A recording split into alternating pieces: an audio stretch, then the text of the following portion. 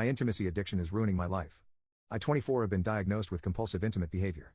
I see people online saying they have hypersexuality, but they never dive deep into what it actually is. Up until a few months ago, I couldn't get stuff done, I couldn't do things I like, and I couldn't keep stable relationships because I feared I might cheat on them. I self-pleasured constantly, I watched a ton of PH, and at that point it's almost all I thought about.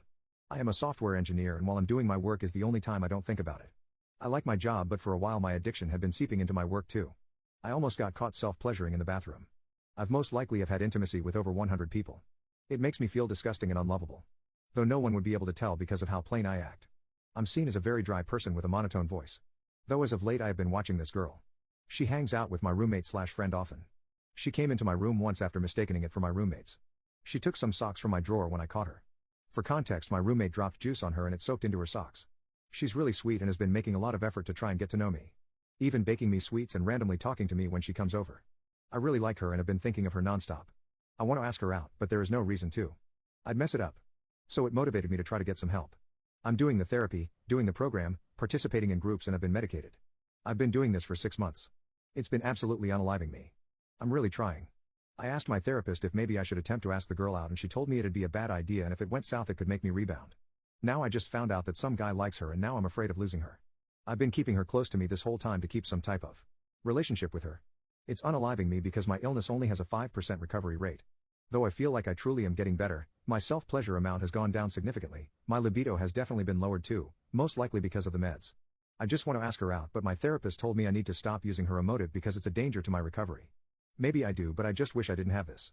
I'm probably shortening this situation a lot, but it is a lot. So it's only been about a month since I made my last post, but something scary happened 2 weeks ago and I don't know whether to think this is a bad thing yet. Backstory for those who don't want to read my last post, but I have an intimacy addiction. I've been working at recovery for about 7 months. So far 4 months without a hookup and 2 months without watching intimate videos. I only started doing this because I feel in love with a girl but knew I'd never be able to have a relationship with her if I stayed like this. Though as advised in my last post I should change my goal, and I have. Though I am still good friends with the girl. Anyway, I had 2 best friends. The friend in question, who I am extremely upset at and has been my friend since I was 13. Let's call this friend John. John has been one of my most trusted friends, and recently I have been in a rut and thought maybe having some support from a friend would help. So I told John everything. John, from what I saw, took it well and offered his ear whenever I would need it. I also told him I've slept with other 100 people. Which was the only thing I could visibly see that off-put him. I told him I just wanted my life back on track so I could be normal and get to the true place I wanted in my field of work. This is where the problem happens. A few days later I go and hang out with him, my roommate, and the rest of the group. This group includes the girl who I will call Katie. Katie has been giving me weird looks the whole time I was there and is avoiding talking to me. I go to my roommate and ask if Katie is okay, and he just gives me this look of sadness. He brings me into a room away from everyone and tells me that John told everyone, including Katie, about my intimacy addiction and how I've slept with over 100 people. How I am disgusting and even almost got caught jerking it at my job. He also failed to tell them I was getting intensive help for my issues, but what he did tell them was that I had a major crush on Katie and have been self-pleasuring to her Instagram photos. Which I certainly did not. I'd never violate her like that. He also told them not to tell me because we shouldn't shame him for his mental illness. I get upset and tell my roommate that yes, I do have an intimacy addiction, and that yes, I did almost get caught trying to self-pleasure at my job, but I never self-pleasured to any photos of Katie and I'm getting intensive help with my issues. I also told him I've been taking Prozac, which has to be honest lowered my libido by a lot in the last coming weeks. I've been getting help for 7 months. He tells me that he believes me, and I thought, wow, I thought he'd think I was lying. He dropped another bomb on me saying that John has a huge crush on Katie and probably did this to hurt my reputation with her. That he has lived with me long enough to know I wasn't that bad, and how he didn't trust John after the way he exposed my stuff like that to the whole group. He asked if he'd help me tell her what happened. He asked John if he could go out and get some beer for us, and John asked me if I'd like to go. Holding back all my hatred, I told him in a calm voice, no thanks. He leaves and I walk into roommate's room. My roommate asks Katie to go speak to him for a moment. She says sure and opens the door to my roommate's room to see me. She gives me an extremely disgusted face, which to be honest really hurt me. My roommate tells her that John lied to her about what I did and likes her, and that's why he tried to ruin my reputation. She is obviously shocked about this. Then, after some more explanation and reasoning from my roommate, apologizes for assuming I was a creep with an intimacy addiction.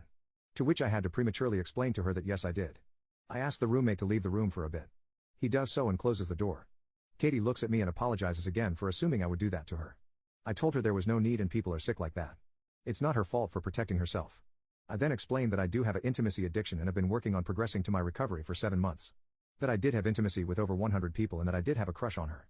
I didn't tell her that she was my goal. I didn't want to put any more weight on her that I already have. I told her I wanted to ask her out and realized it would never work because of my issues and how it had got me thinking on how I can't live a normal life in general. How I felt like I'd lose the best job I've ever had if this kept up. She completely understood and thanked me for being honest. She told me she actually did have a crush on me, but once John lied to her she got creeped out. I asked her if she was being truthful about liking me. She told me she was being serious. She told me it wouldn't be right to date right now because of what's going on with me, and I agreed. Though she said if I do hit a good recovery point that she would love to go out on a date. I agreed. I don't know if she'll actually wait for me to recover, but it is a nice thought. I will not be rushing my recovery though, I want to be cured sustainably. So we come out. John isn't back yet, but my roommate has explained to our group of friends of John's lie. Some of them still gave me grossed out faces when finding out about my issue, but the others were very supportive. When John walked in, all hell broke loose. Katie was screaming at him about how he could betray his friend in need like that. How he was disgusting and selfish and she would never want to be with someone like him. My roommate laid into him too and told him he wasn't welcome in his apartment anymore. My other friends who were there also cast him off. It feels like my support group has grown from 1 to 7. Though losing a lifelong friend is definitely hurting me. My other best friend who was friends with both me and John has also cut John off. Apparently John has done something similar to this to him. Just got gaslighted into thinking it was justified.